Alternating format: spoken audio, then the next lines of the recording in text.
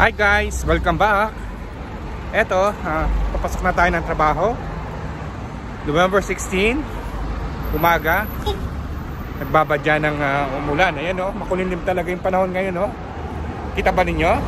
Kaya minamadali ko maglakad, baka tayo ay abutan ng ulan.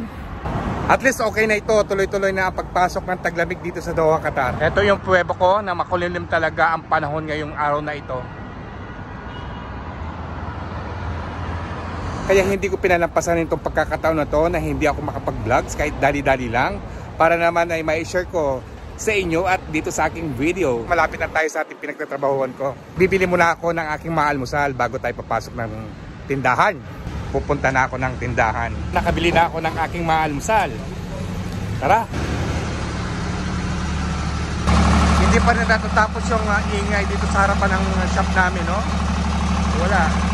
Kailan kaya ito matatapos? Nakakabingi na! Bukas muna tayo na tindahan. Kagad ako nakarating dito sa shop. Kung hindi, ako, talagang mukhang babagsak itong malakas na ulan ngayon. Nakita naman ninyo na makulilim ang panahon. At napanood naman ninyo dito sa aking video, di ba? Bukas muna tayo na tindahan, ha? At dyan muna kayo. Tignan ninyo, hindi pa naayos yung mga chocolate namin.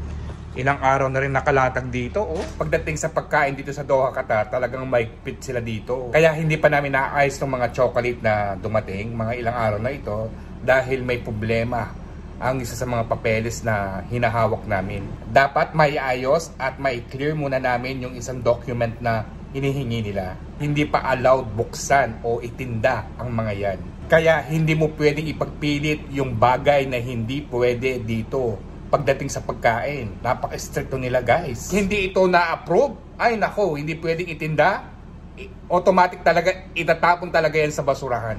Lalo na kapag nakitaan nila na isang ingredients na hindi angkop kainin, talaga yun, hindi pwedeng itinda. Bawal. As in, bawal talaga. At itapon yung mga produktong dumating. Walang lusot, ika nga. Dito sa Doha, Qatar, guys, talaga, pagdating talaga sa pagkain, napaka-safe. Safe ang pagkain dito. Lalo na kami, kapag food handler ka, kailangan mo talaga na magkaroon ng medical certificate. Kaya yearly yung aming medical dito. Required talaga yon sa mga nagtitinda na may pagkain. Kapag walang medical yung ganun yung mga staff, naku, hindi ka pwede mag-operate o magbukas ng tindahan mo. Especially sa pagkain. At hindi lang yun, mahigpit sila sa expiration date ng produkto. At dapat hindi mawawala yon bawat produkto. Kung hindi, naku, penalty kagad ang ifo-fine sa'yo ng gobyerno dito. Guys, ako'y maghahanda ng aking almusal para naman ganahan tayo magtrabaho, di ba? Kaya dyan muna kayo, guys. Buti na lang, guys, oh, nakadating tayo kaagad dito sa tindahan. Kung hindi, mababasa tayo, oh. Ayan, oh. Lumakas na talaga yung ulan. Ay, kumukulog pa.